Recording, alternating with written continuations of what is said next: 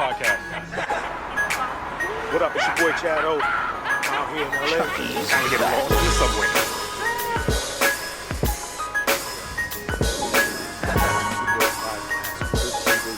Thank you, Valencia, but I'm about to head on the train heading to Madrid. I'm telling about Two Bones Podcast on 13 Ghost TV. Like, subscribe, and send us a few messages. I don't hablo mucho español, but I'm doing the best I can. Peace.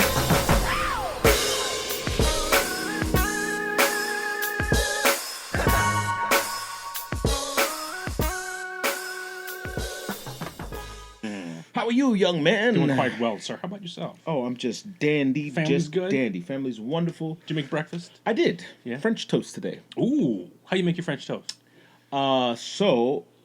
Today I decided to do something a little different. Nothing crazy. I just, the Hawaiian bread. Yes. The Hawaiian. King's Hawaiian. Super sweet. That's one of them. Yeah, okay. I just said, let me use this because it's already sweet and you don't have to play around with it too much. You just crack an egg and, some egg, cinnamon, and some imitation almond or vanilla extract. Okay. Whip it up. Add a little milk in the batter. Mm-hmm. Whip it. Dunk them, butter in the pan. Okay. Easy breezy. Did a whole loaf, actually. And? It was fantastic. Yeah? Yeah. Oh, man. I would think I think I tried that once, and I let it soak too long. Yeah, you can. Because with the Hawaiian bread, it's gotta almost Yeah. like you're battering like a Yeah. chicken. You just gotta go boom, boom, Yep. and then stick it in there. Yeah. That's my rule is that I just dip, and I just spin the edges, get the edges on Okay. there. That's enough. And I kind of let them sit in themselves, like on a tray, without going right to the pan, so they're not soggy. I don't like the soggy, eggy. Oh, so you let them like dry out? Not A dry little- out, well, I just mean, kind of let it soak into the bread itself. Right. It sits in the bread, and then you don't force it. Don't keep it dunked in and just Right. flood it. Okay. You dip it and then let the kind of egg melt. Okay. I see what into you're it. saying. Kind of works. I don't know. It just Hey, look, if it works, it works. it works. It's It delicious. works. But yeah. Other than that, this is Two Bros Podcast episode 114. Adopt. Welcome to the party, folks. If you Hi, have party. Just waking up from under a rock, or wherever you crawled out of, or whatever boogers you picked out of your Ooh. nose.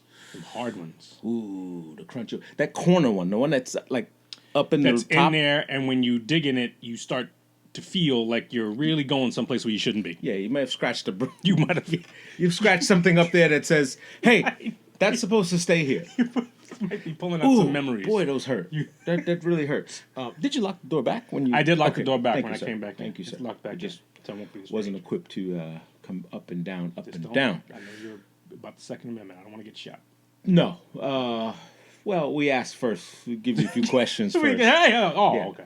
And yeah, so this week has been just gone so fast. Being back in the city, it is absolute mayhem. Just first of all, the trains are super packed. I think we talked about it last week a little bit. Yeah, the trains super are packed. They're getting more packed. They're getting packed, and the people are standing too close to each other. And it's like, hey, okay, man, I'm not trying to be in your face. I want to give you your space, but I got nowhere to go. Well, yeah. And it's getting a little annoying, but I'm not making too much of a big deal because it's still off-peak price. You talking about the railroad? Or you talking about the subway? The railroad. Yeah, I'm Also, talking about so the railroad is getting packed. railroad's packed. Subway's empty. So the subway, because last week you said the opposite. No. Last week you said the railroad was empty, but the subway is packed. It's both. It's different times. So Okay. the commuter time coming in and going out, they're packed. Okay. During different times of the day, the subways are empty. Like Okay. Commuting wise, the traffic rush hour is not packed on the subways. It's packed during the day because people are getting uptown, downtown. The trans moving, like in between. So at lunch, train is packed. Okay. Like midtown, going from uptown to Battery Park to it's weird. Well, that does seem weird. It's weird. It's just weird because people are just and my oh my, it is fucking scooter heaven. It's I've seen a lot of scooters. Hey, get up! Watch it! Yeah. Fucking scooters all over the place, and it can be quite daunting. I rode mine one. I took my father-in-law's. He has a nice one. Yeah. And he keeps it in his trunk, and I was like, let me hold this thing one day, because I walk from Penn Station to 55th Street, Right. and then back every day. it's like a half an hour, and it's a good 2 miles. You Yeah. know, good exercise, but what a fucking it just drains the shit out of you. Like when you get to the train and you finally decompress. And It sounds like it's not a lot. Like when you do math, you're like, oh, that's not. No, that 20 can't be too blocks. far. 20 blocks? No, that's 20 not big. Manhattan blocks. Yes, which are long blocks. Long blocks, and then you got Times Square, which is like never ending. Yeah, which it's is like, another. It's like 4 blocks of Another- nothing. it's You another know, monster. yeah. But these fucking characters are nuts. The guys that dress up in the cartoon Oh, yeah. characters, they're nuts. Well, they're all like escapees from a fucking Russian jail. So they're all like convicts Yeah. trying to get a job. Like Yeah. the job program or work yeah, release. and they like harass people for money. Like harass, like Yeah. like not take a Oh, yeah. picture. Hey, and that was $2. Yeah. Hey, Hey. And that was- Hey, don't take no selfie. They go after you if you try to catch them in the background. Yo, the guy was dressed as the Hulk, I guess, and he had a nice costume. I mean, I was like, wow, this is really nice. But you're 5 feet, like you're this big. It's like a little midget Hulk, like Yeah.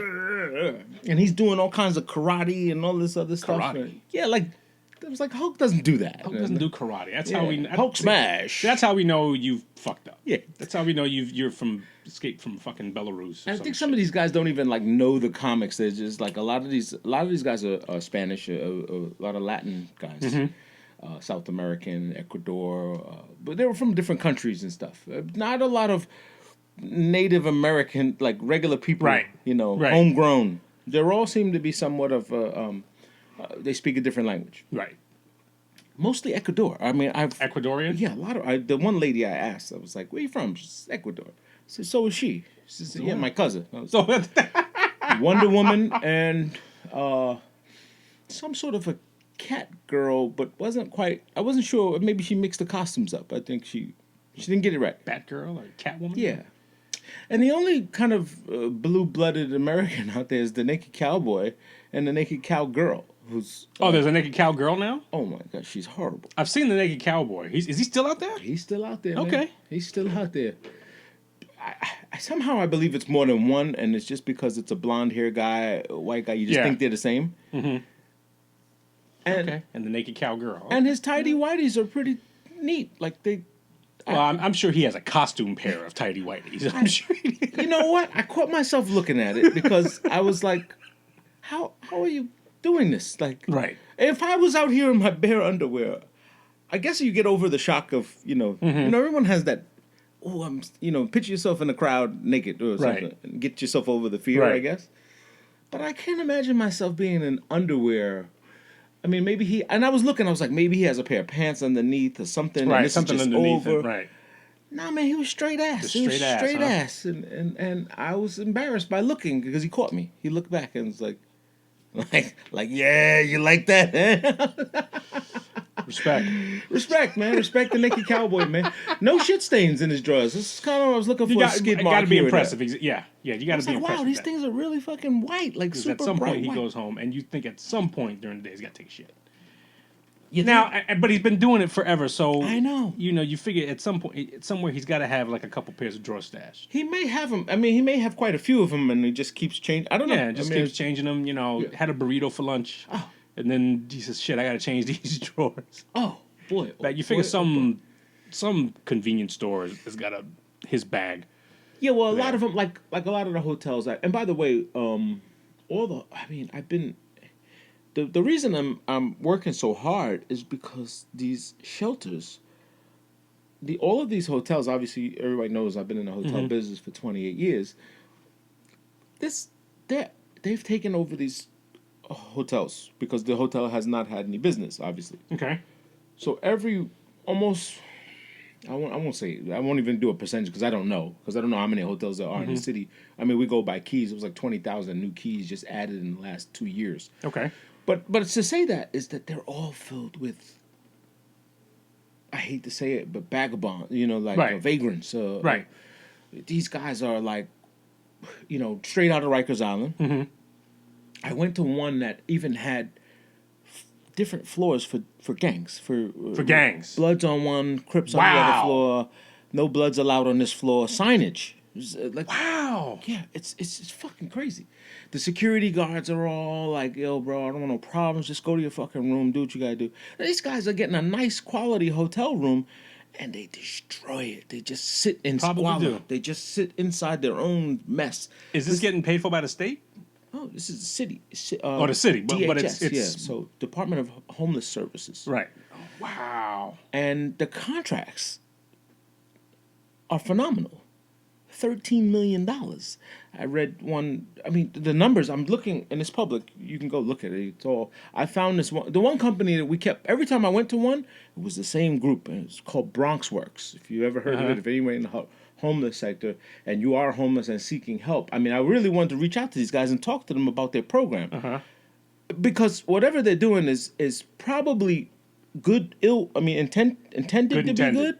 But the velocity of it is too much for them to bear.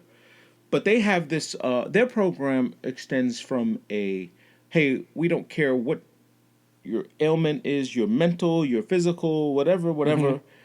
Let's get you in a home, something you can call yourself. Let's get you in a dwelling, get you out of the elements. Okay. And then we'll work on your problem. Okay.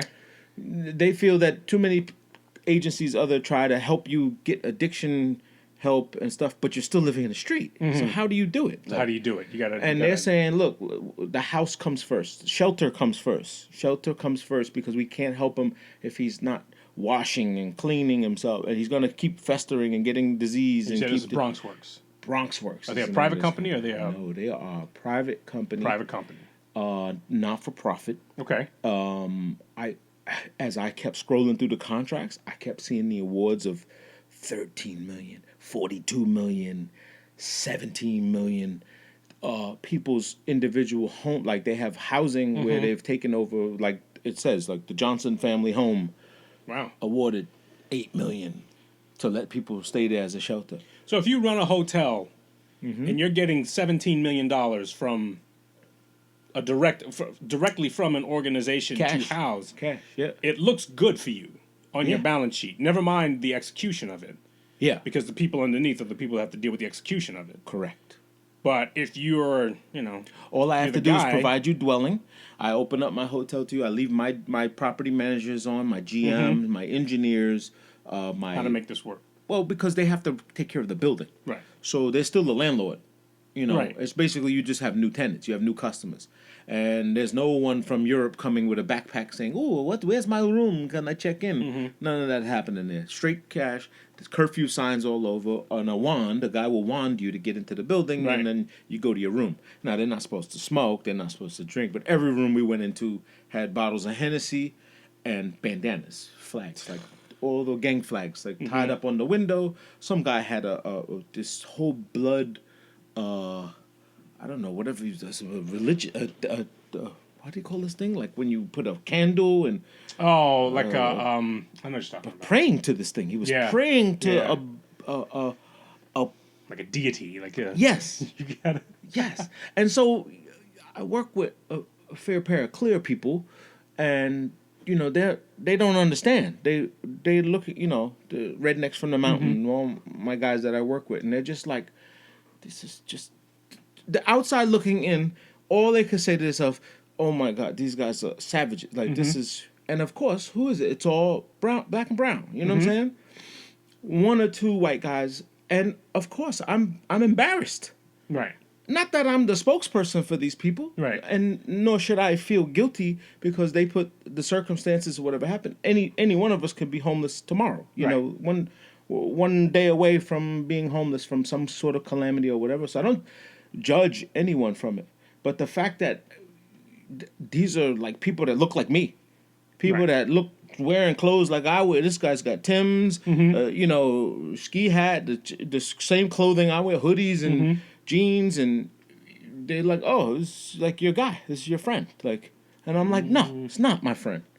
I don't know the guy. But you guys wear the same jacket. Or it's like, look, a North Face is a North Face. Like that's Right. not. That's not We can all get a North Face. yeah, like it's a ski coat. It's not a black thing. It's not. So it's just weird. It's just a weird paradigm, and I felt so bad, and I just didn't know how to reflect on it and how to like I was just like sucking my teeth and shaking my head, and I was literally just I just felt bad. I just felt bad for the circumstances that these people are in, unfortunately, what some people don't know how to do, and you can say they don't know how to do it, or they're unwilling to do it, is to look back at the circumstances look back at the events that sort of got them into those circumstances, and say, hey, maybe I need to do some shit a little differently. Yeah. And maybe there needs to be a different outcome. Because some people, you talk to some people who get out of prison, and a lot of those people are like waiting, to like get caught again. Yeah. Oh, yeah, this is true. Like yeah. this is just, I'm just going to go back to do the same thing, and then, maybe I will get caught, maybe I will get caught or not. Yeah. Some people go, okay, let me not do that shit anymore because I don't want to do this again. But there have been times when I saw this, I want to say, was it a documentary? I guess it was a documentary. But the fighter Bernard Hopkins? Yes. Bernard Hopkins has done a lot of work with people coming out of prison because he was in prison himself. Was. And his thing is, he himself was amazed at how many people didn't understand the value of being free. That they said that I don't care how much money you make on the street, if that's going to take you away from your freedom, there's no money that can balance that out. And he said he was amazed at how many people didn't value their freedom more than they valued their status on the street, or how much money they can make off the street. Yeah, absolutely. And they sort of like bought into the notion of, okay, well, this is the only thing I can do, or this is the only thing that's available to me. This is my box. So this is it. Yeah, this is the box that I can. This is the box that I can perform in. It's so And disheartening. it is. I mean, I guess it is a cycle, and I guess that's hard. That's hard to break. And so the question becomes, how do you break it? Yeah. Do organizations like Brams Works help you break it, or do they just exacerbate it? Well, I think again, and I don't know. I just did a little bit of mild research. Going looking at their company, reading their mission pages, and said, "Wow, this is fantastic that they're doing this." I mean, they have outreach programs where they're out there canvassing. It started in the Bronx, and there's one, and they got one in every borough. By the way, they got 10 of them in the Bronx and one every other borough. But they go to junkyards, they go under bridges, they find people and get them their medicine, get them and track them to a point where they're like, hey, Jim, we used to see you on 54th. Why are you not over there anymore? I saw your shopping cart here, but where were you? We were looking for you. And the one guy said it. He said the fact that someone came to see me and checked on me made him feel human. I mean, made him feel like a human being. And 90% of them all said the same recipe. I got hooked on drugs. Or they all said, I came from a nice family. Moms and pops worked their asses or did everything for me. I thought I was smarter than everybody else, made some decisions on my own, got hooked on drugs, got hooked with the wrong people, went to serve my country, came home, I had a disablement, and I took pills, and, they all have the same root. Relatively the same root or path. And boy, it just really, I don't know, it just struck a weird nerve on me, saying like, maybe I'm not doing enough, or maybe I'm not contributing enough, or does programs like this, are these the right way? And then I go look at these contracts and I'm like, holy fucking smoke. Yeah. I hope that they're using it to, because that's taxpayer money somehow being allocated, when you pay the state. Well, you said it's a private company, though. I know, but they're getting government contracts which come from our city and state, right? So who pays? How does New York City pay that? Where's the money from New York City come? They don't just go borrow it from Trump. Okay. So they're not a private company. No, it is a private funded company. It's a private company, but they don't use private money. They go, look, I start an LLC today, right? Right. And I build a house. So all their contracts are government contracts. Yes. So they get a contract. So that's taxpayer. Okay. Yeah. Yes. So that money is awarded to them. So they don't raise money.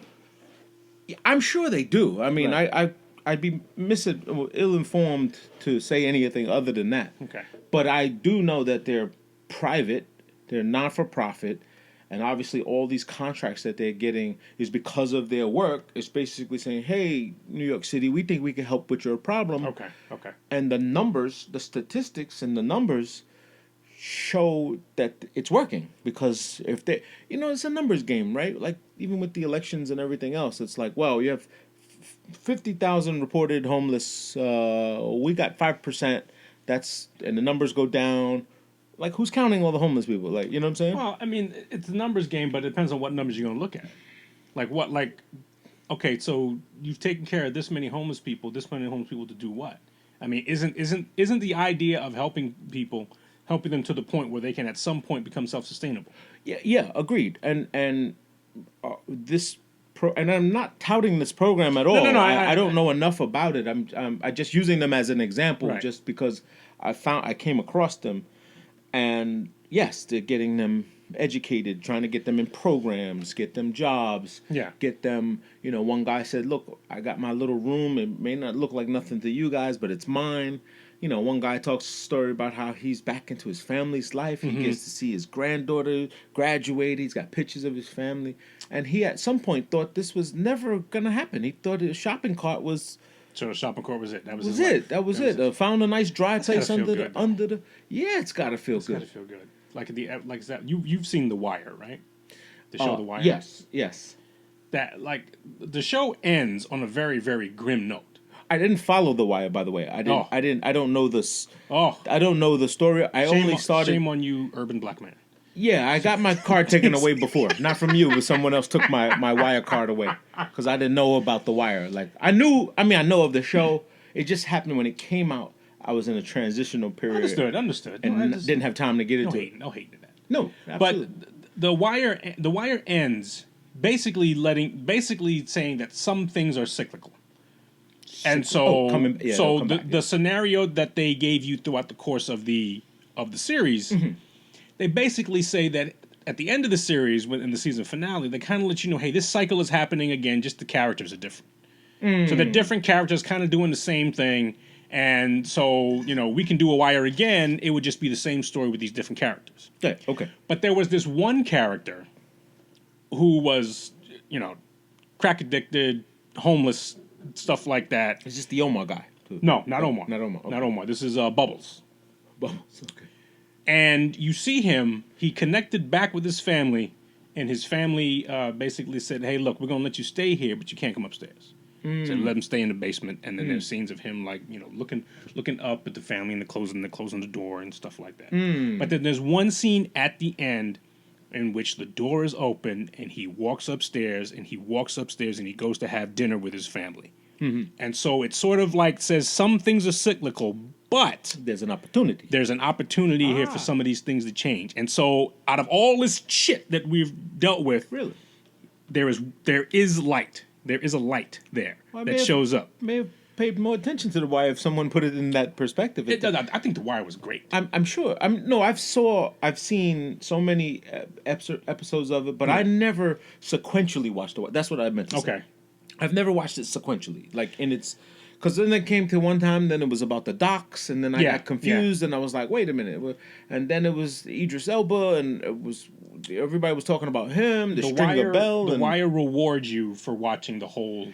I heard that. Yeah, it rewards you for watching because you can't if you see a couple episodes in season 1, and then you put it down for a bit, and then you go see a couple episodes of season 2, you're gonna think you're watching something totally different. Yeah, but it's not. It's all connected. They'll if you watch the whole thing through, it is a reward because it shows you how all of this shit is connected, and they bring everything back. And then there's something you saw in season 1 that you now see in season 3 that you go, oh, okay, so this is how this is connected. That's how so kind of prowess. Yes, sequential, very sequential. Yes, good. But I say that to say that there is a form of hope. But that hope is not as probably it's those small things, like you said, the guy that has the little room, that has his own thing, but there is a form of hope.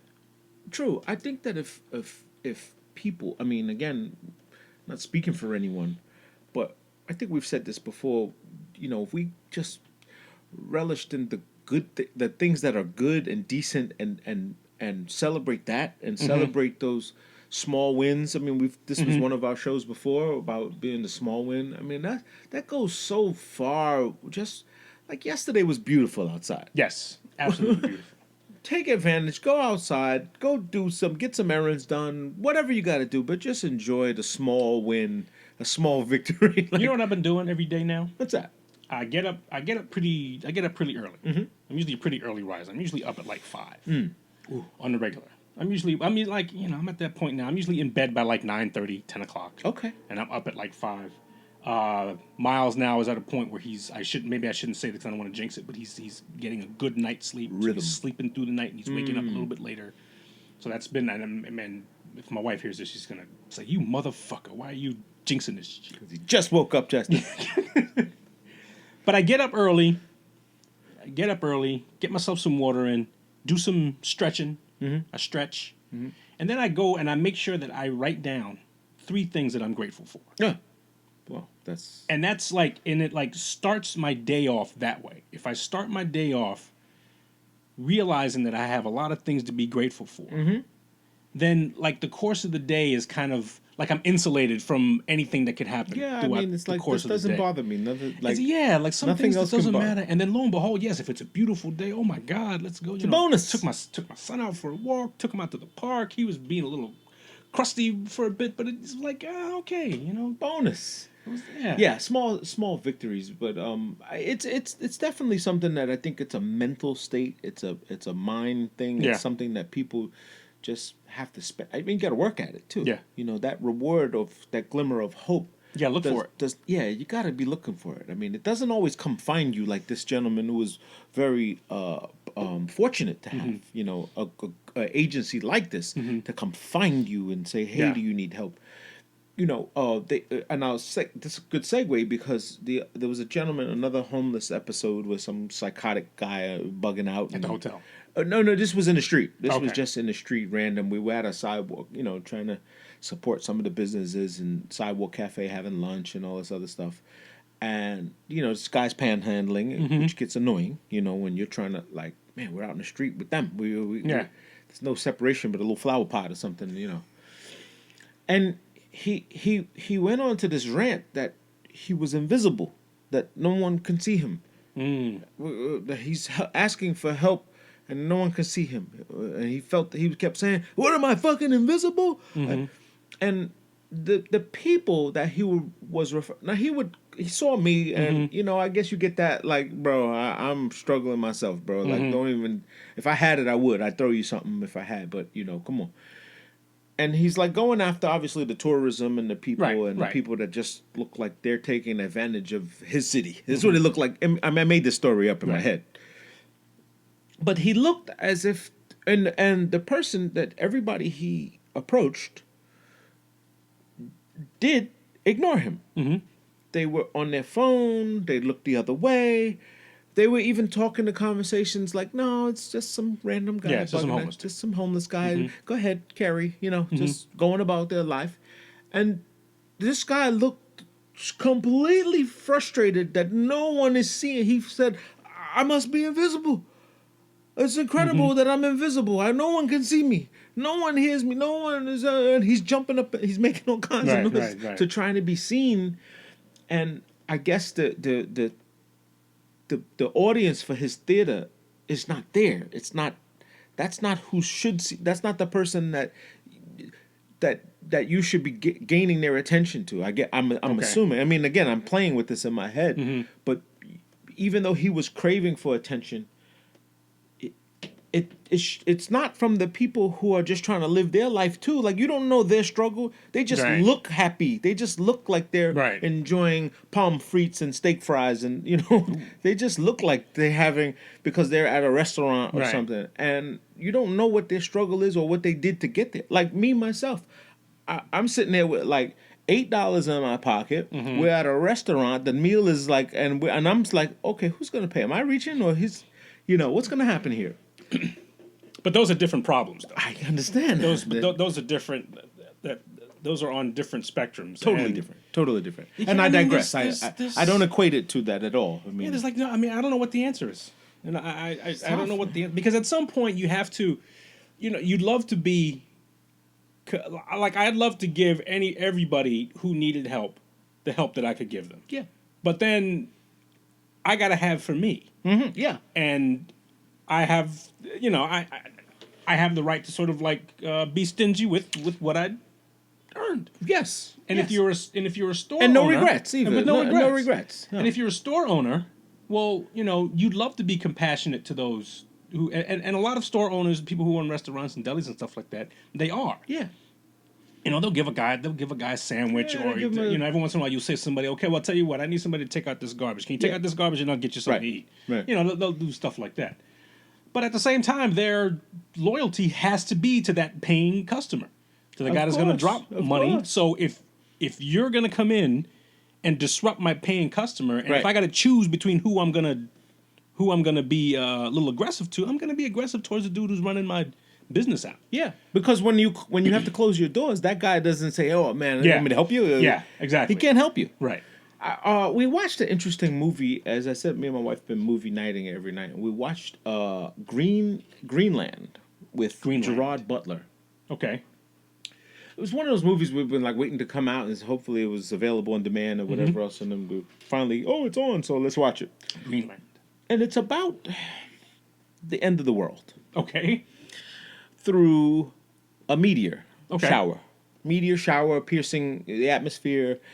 Originally they said, well, it's the size of a football field. It's going to pass us. You can see it. It's supposed to be this illustrious thing in the sky. Don't worry, it's not going to come near us. But Gerard Butler, who's a contractor, a building architect and whatever else, and estranged from his wife, he could see his kid on the weekends. He's got a whole bunch of shit going on in his head, which they kind of let you in. And he goes to his wife, and she's like, "Listen, I told you stop using your key. You don't live here. Like, come on." But I bet he's a genius. Right. So now So he gets an alert on his phone. Presidential alert says you've been selected, you and your family, and they named, and it was a computer that said John Garrity, Lisa Garrity, Noah Garrity, the three, him, his wife, and his child. You've been selected to enter evacuation, head to the army base, boom, boom, boom. Okay. And only you. No parent, no exceptions. No, you can't bring your grandfather, can't bring your mom, can't bring your cat, so you can bring him and his family, him and his immediate the people family. that listed in the thing, that okay. was it. But they will happen to have a birthday party at the house, and it came on the TV screen, even on their own TV screen. And the neighbors was like, "Hey, wait, I didn't get an alert," and it said, "Only you, no exceptions. You did not bring any. You will be disqualified if you bring someone else." And blah blah blah, this and that. Do not share this information. Down, here's your QR tag. Show this to the guard when you get to the door. All hell breaks loose. People are like, "Wait, take Sarah, take Jesse, take." And they're like, "I told you we can't go." And he packs his wife in the car, who's like doesn't understand. She's totally like, "Wait a minute, this is another trick for you trying to get me back. Like, come on." And he's like, "Babe, just get in the car. We got to go." And automatically you see this survival mode of like, okay, this is my family. I've been given this chance, and everyone clawing at his door. Help! Help us! Help! And he's like, I can't take you. I can't. You heard what they said. I can't. And it was like, you bastard. Like, it's the same scenario. Yeah. Like, how dare you go off and help yourself? Look at my daughter. She needs help. Yeah. And this whole struggle, and it showed how people lost all sense of empathy, decorum, restriction, anything to just survive. And they said, well, you got the bracelet. I'm going to bang you over your head and take it. And, there you go. So now you got to be ready to bang somebody over the head. Yes, and it's a great movie. Okay, it's Greenland. Greenland. It just came out on thing. Look, how do they teach? What do they teach people? What do they teach lifeguards when they go and save somebody? Yeah, well, like the first thing, like how do they approach you? You're taught to like approach people like at a distance, because okay, the last thing I need is for you to bring me down. Right. Don't kill me. Right. Trying to save you. I will let you die. Boy, I hate that. I will let you die before I let myself die. It's kind of like the same scenario that you put in that movie. Right. Because if two of us die, we're useless. Yeah, exactly. We're both useless. But that's the same thing that would probably be no different than whatever. I mean, pick any scenario that would happen. Let's say with this vaccine. And what happens if it gets scarce and it gets, hey, we don't have enough. Who gets it? Well, you can have mine because I'm not going to take it. Agreed. Okay. But what happens if it gets to the point where they say, hey, man, John, you're going to die. There's only one dose. We're going to give your family. Who do you give it to? You give it to your son? You give it to... It's a good question.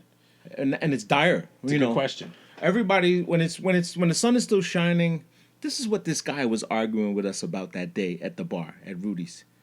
He said, the fact that you wake up and see the sun every day, you take it for granted because what if it doesn't? You just assume it's coming up tomorrow. It's coming up every day. And that's what this kind of shows you is like, what... Like here's a perfect example in the movie. He's wiggling to try to get out of a space, and he scratches the car, and she's like, babe, like, well, you fucking broke my mirror, and he was like, I don't think the fucking scratches matter right now. Like the there's a consequences comet. are. There's a comet coming from outer space. I mean, you worried about me breaking off your mirror? Like, are you kidding me? I thought about that thing you said about we all know that the sun's gonna rise and stuff, and we take it for granted and whatnot. Yeah. It's weird. So probably for longer than what I'm gonna take the long walk around here to make this explanation. So for a long time, we thought that when the sun went down, it wasn't coming back. Right? For a long part of our existence as humans. There was this big, beautiful thing out there that was red, and then we just noticed it going away, and then we created dances, and we did all this other shit to say that, hey, we'd like you to come back, and then it comes back, and you go, oh, it's because we praise the blah, blah, blah God, and stuff like that. We had this notion that this thing is not coming back again. I don't know this. I mean, I don't No, know I'm this talking. culture. I'm talking about in the evolution of man. Before we realized that no, there's a sun out there. We circulate around the sun. That's why we see it. I every get the day. concept. What you're saying. I just don't have that feeling. Like I don't have the belief of. It takes one day to figure out. Oh, it's back. Well, but you don't think 10,000 years ago when you saw the sun going down? I don't know what a guy 10,000. I have no idea. You know what I'm saying? I'm not a person that believes that the sentiment of people then are like what, because I'm biased. I have today's knowledge. Like, well, I'm not saying it. No, I don't want you to stop your story. But what I'm saying is that okay, now we know differently. We know differently. We've proven that is not going to be the case. The sun ain't going away. It's going to be there. Right. But we also know that the sun is burning out. Right. So one day, the sun will not be there. Yeah, I mean, kind of, yeah. So maybe those people tens of thousands of years ago, maybe we should have been more like them because they were on to something. Yeah. We might know some shit that kind of like delays our thing, so we can forget about that. We can stop doing these damn silly dances and shit we do, and we don't have to get worried in the wintertime when there's less of it because that's supposed to happen. Right. So we know that now. Yeah. So we've forgotten all about that. But no, you probably need to prepare for the time. It's probably more beneficial for you to prepare for the time when that fucker ain't coming out. And then what are you gonna do? Yeah. And that's not that's not gonna be tomorrow. Right. But that's a generational eventual. thing. It's like the story of Noah's Ark. Yeah, but it's. I mean, again, this.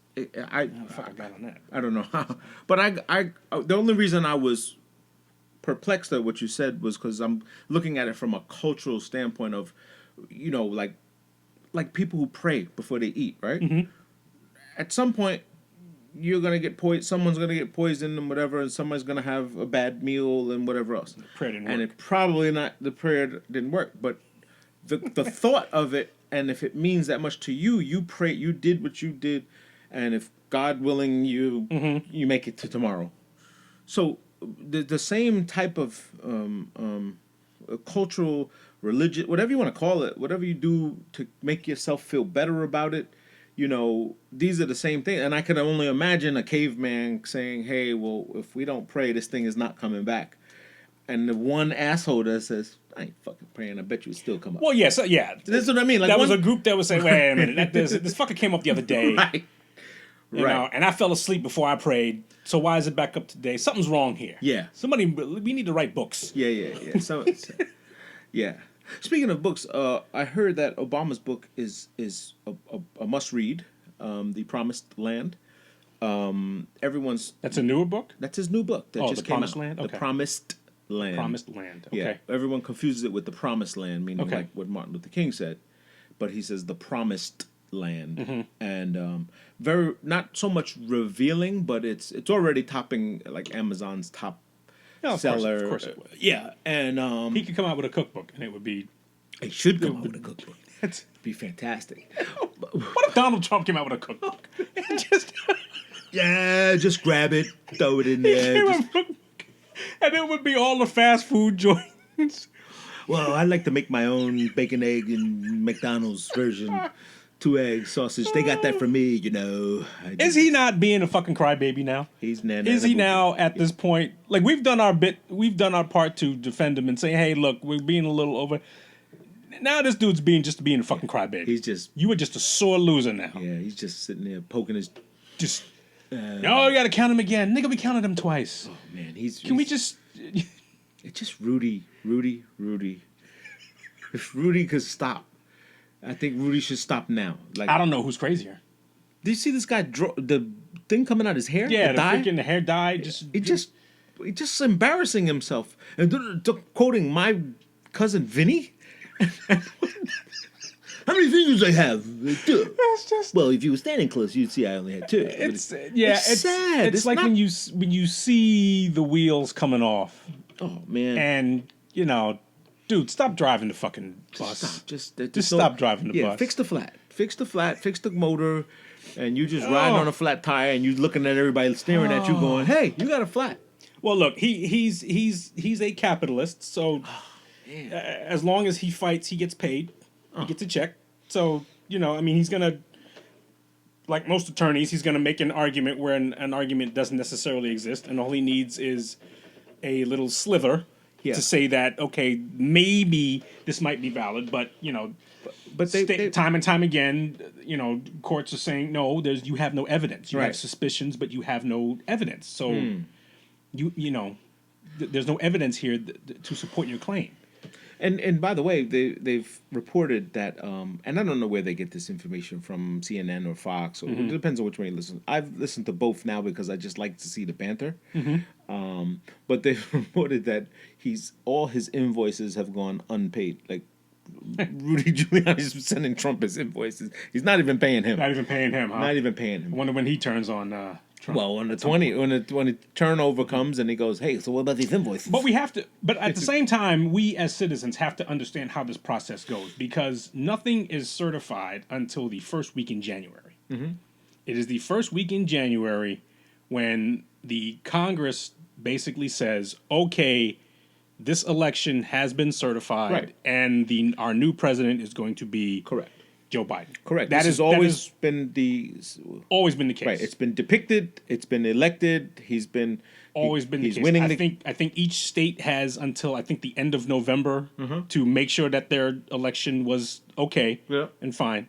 You can sue them all you want to, but they're still going close the book on it. They hand their you got to get. I think you got to give like a certificate. You give the certificate to the House of Representatives and Congress. Congress acknowledges it. And then I think in the first week of January, I think by January 6th, you move on. They make it an official thing. Yes, Joe Biden is the president-elect of the United States. Upon that time, everything else is speculation. So whatever CNN says, whatever the AP says, that's all speculation. It could be 99.9% true, but until the Congress says, yes, this is our next president, it is all speculation and can change. And can change. It can change. Theoretically, it can change. It has not, though. Never. That we know of. Has it? I think the end results have always tallies have changed, but I don't think the end result has ever changed. They didn't switch the seat and go, oh, by the way, we found out either closer or it's been more of a landslide. I mean, and a lot of these states were close. I mean, you're talking about maybe 20, 30,000 vote differences and stuff, which is not a lot. I mean, you're talking about a couple million people that live in a particular state. But the total, I guess the total number is 150,000 votes off. Which doesn't seem like a lot. It's not a lot at all. No, not a lot. You could win. You could, What, 2 million people are 200 million people are eligible to vote in this country. Wow, big numbers game. Yeah. I've speaking of also watching some things in politically, I started watching the first episode came on last week, and I'm stuck on it now, watching the Reagans. Oh, it is a documentary of Ronald Reagan's rise to power.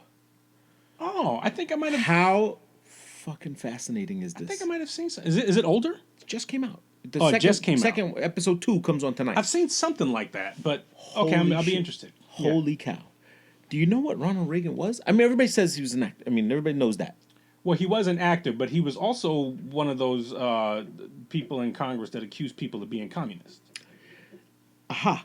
So this document, and his son talks. His son does a lot. All the people that knew him, grew up with him, was part of the party. His son is in there, very heavy. The party that put him in power was General Electric. He was a spokesperson for General Electric, GE. Okay. Company GE. He's a corporate spokesperson. Okay. And he was big on the corporate balance of, hey, let the free, enterprise, let them do what they got to do.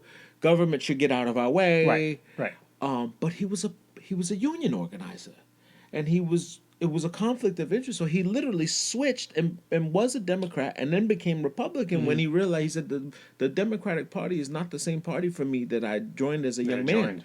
And now it doesn't have anything to offer me because now I'm on this side and these guys want to build skyscrapers. They want to build products. They want to dump some shit in the river, leave them alone.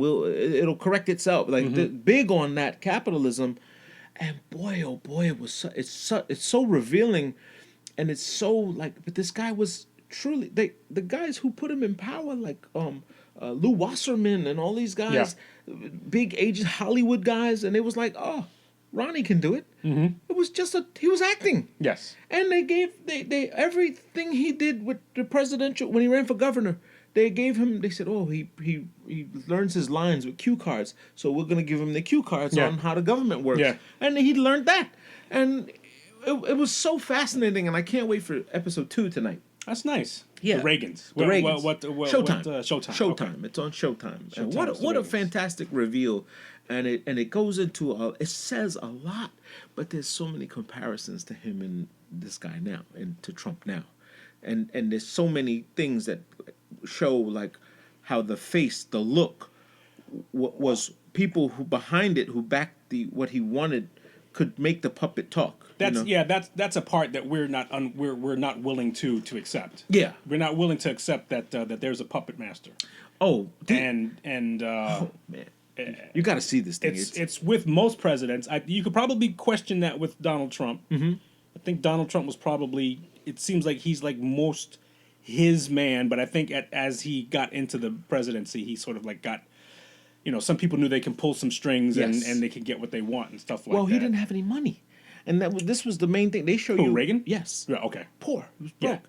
Tax man was coming after him, and these financial these corporate guys gave him money. Yeah. GE built him a house with microwaves and shit. Wow. It was fantastic. It was a home of the future. Wow. And the kid, his son, I never even knew his kids. Like heard of his kids. Yeah, I mean, like Ron Jr. Never, never heard anything about them or I guess if any scandal, it's not like No, they're regular kids. Yeah. Just they seemed like nothing. Yeah, nothing. Nothing to talk about. One didn't become a transvestite and all that stuff like that. Right. And shit, But it's very fascinating. I mean, kid, he talks about this house made by GE and that they was the house of the future, and he was the spokesman. And this guy literally went to 30 states just as the poster boy for General Electric and told them, keep working hard. Yeah. Punch your clock. Yeah. Be on time. Get your tools. This is a great company. We're going to take care of you guys. We're good old America. And then when it got to the civil rights in the 60s and so forth, he said that the Democratic Party was promoting civil rights and said, this is fucking up our money. You mean to tell me we got to put these lazy motherfuckers on our payroll? They're not part of this hardworking Americans. Yeah, they made a distinction. Welfare. These guys want free money. They want checks. They want this.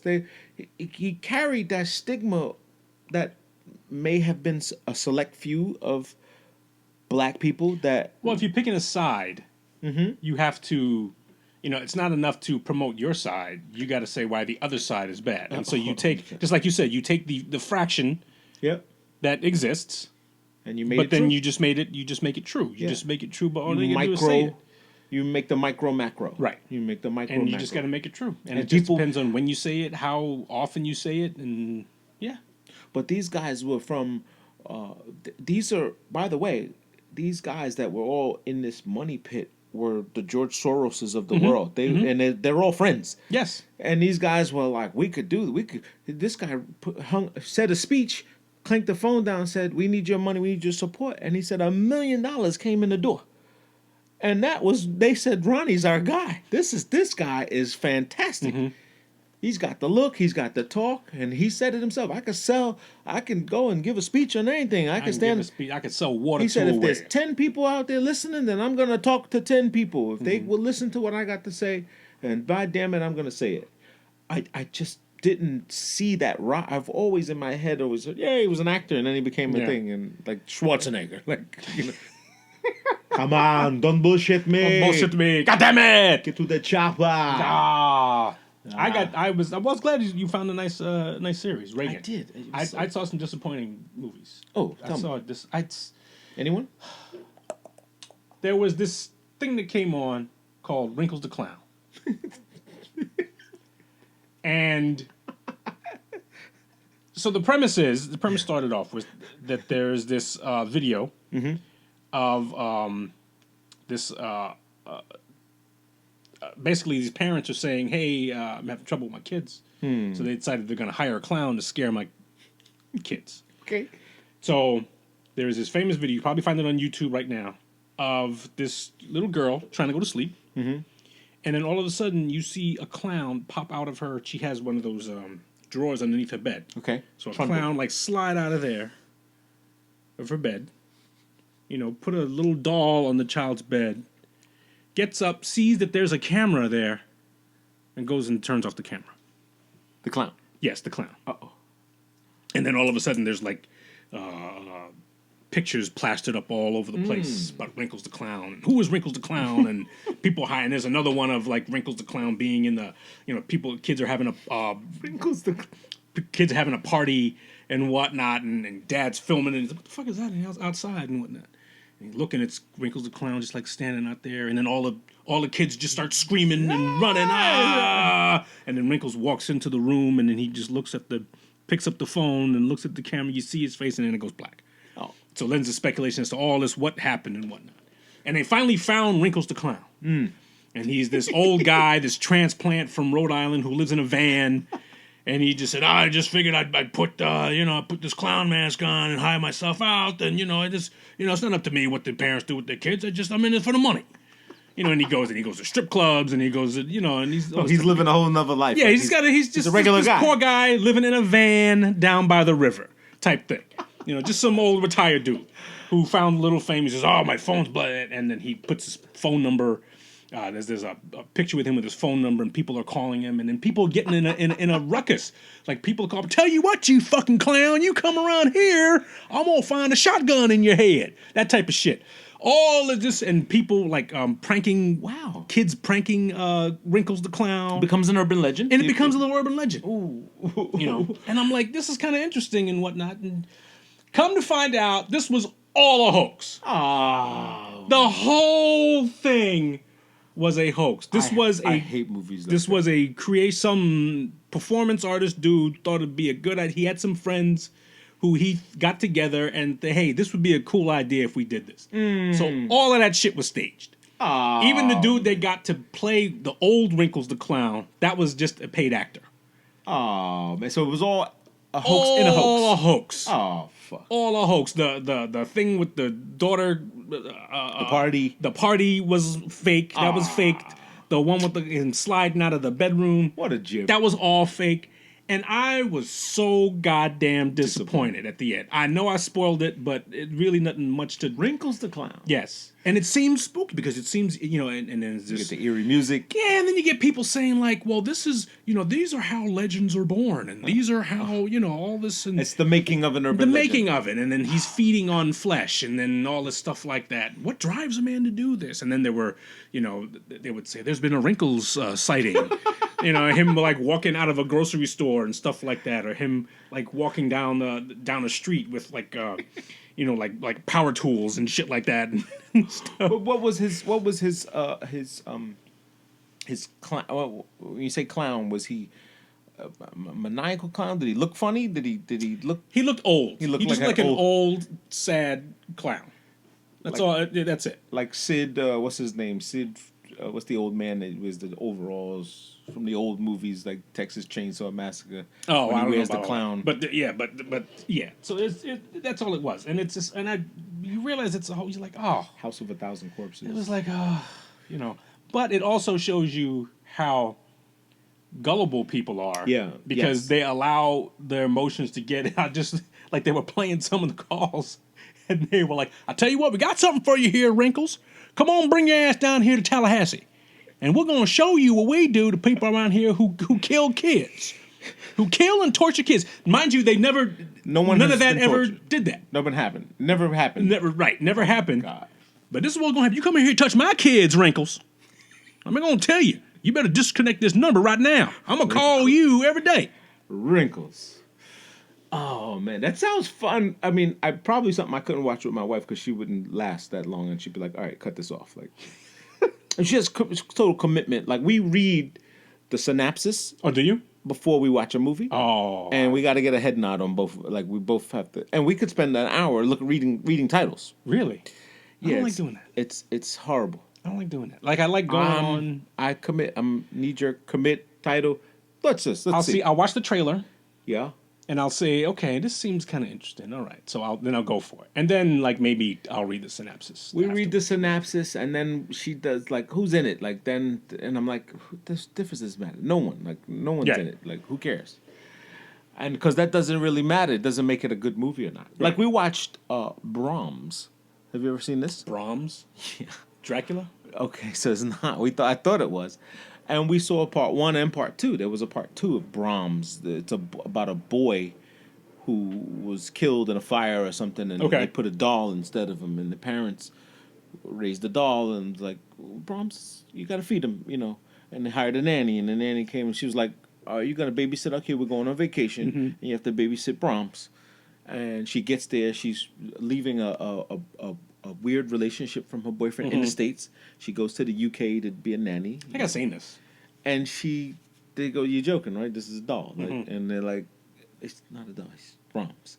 And there's 10 listed things to do. You feed him, kiss him goodnight, no visitors, and all this other stuff. And the minute she just like puts him onto the side, it's footsteps. You know, you start hearing all these crazy things. Shit is moving around, or his face is turned this way, and he's smiling. You know, it's weird. It's fucking weird. And then there was a part 2, which was now in themselves, they're probably like your clown movie, like Wrinkles. They probably weren't. It wasn't disappointing. It was cheesy at best. You know? But I hate cheese. But funny, like okay, it was like okay, this. I can see where this goes, and enough peekaboo stuff to keep you, you know, scare me, you know, that type of thing. Come to find out, the real boy was hiding in the walls. Okay. He was really around, and he would come and and mess with the doll and stuff like that. Come out of little cabinets and closets all over that. I hate when there's like an actual like real life explanation. I'm kind of like I like the superstition. Yeah. Like if you'd have told me, the supernatural, excuse me. Okay. So if you'd have told me that, hey, they really like once their boy was, they found out that their boy had died, they kept the boy and they mummified him or some shit like that. Yes. And they had some seance to make him come alive. That to me is more interesting than this kid is really in the fucking.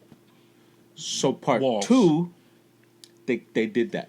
Did they? Yeah, they fixed it. They cleaned it up because part 1 was like, oh come on, like really, and then part 2, they seemed to have cleaned that up and made it went all the way with that. And they made him supernatural, gave him powers, and weird stuff. Weird movies. But but other than that, sports is on the comeback. I mean, NBA's coming back.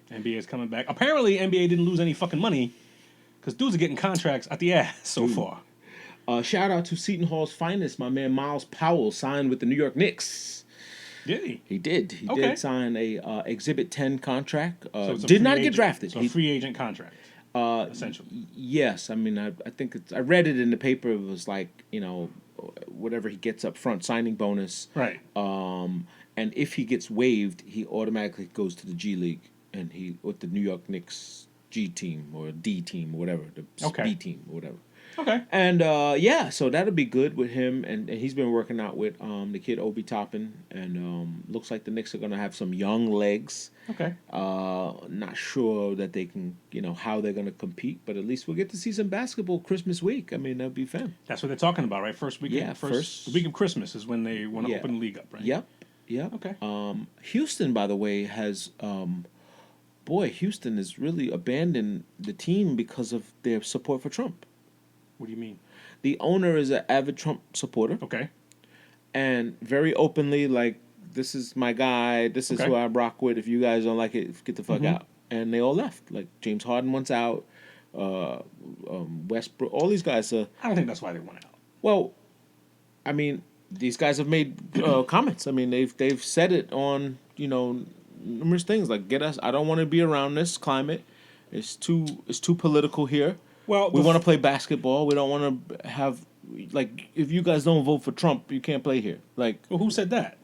Again, this is the locker room talk that they've been saying. Okay, they said the culture there's... If you're not pro-Trump like he is, then pack your shit, get the fuck out. Like, don't stay for the extra vittles. Don't stay for the... When we're celebrating here. I have not heard that, so that's news to me. I think it's more of... Because the first one that talked about he wasn't crazy about coming back was Michael Westbrook.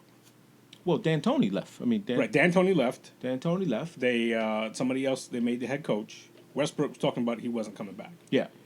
There is a tremendous amount of speculation that people are finding it hard to play with James Harden. That's very possible. So, because James Harden is a me guy, and he's a ball hog. He needs to have the ball, and that's it. Yeah. And Michael Westbrook was kind of brought there to say Russell Westbrook was brought there to sort of like make this thing. Hey, see if you guys can work this out. You two dynamic scores. Maybe you can work this out. They played together in OKC. Yeah. And it wasn't this. To me, it seems like the issue is playing with James Harden. So Houston has a choice to say, hey, we're either going to bring both of these dudes back and iron this out. Because if you're Houston, I don't think you can have just James Harden. It's just not going to work. I mean, again, and I'm no official word on sports. You got to go check out Chopping It Up Sports for that. Chopping it up.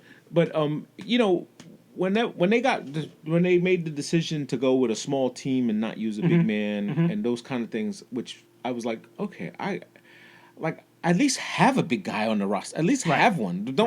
May not play him the way you want to, but at least have the 5, positions that are required for the game. I mean, that's like saying, well, you know what? We didn't really hire a pitcher, but we'll let this guy just throw the ball because we don't need a pitcher.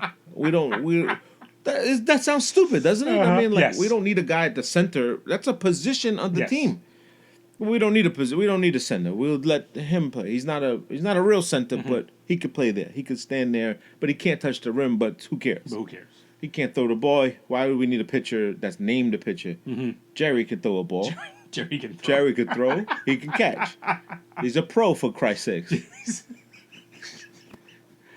Oh man. These are like when we said this earlier. These are just the wrong problem. Like they're just not the right problem. They're problems they have, but they're not the right problems. Yeah. Like you got a problem and it ain't. Well, yeah. I mean, I don't know how that's gonna work out. I know Golden State got a big big letdown with Clay gonna be gone for another year, and it's gonna open up a can of.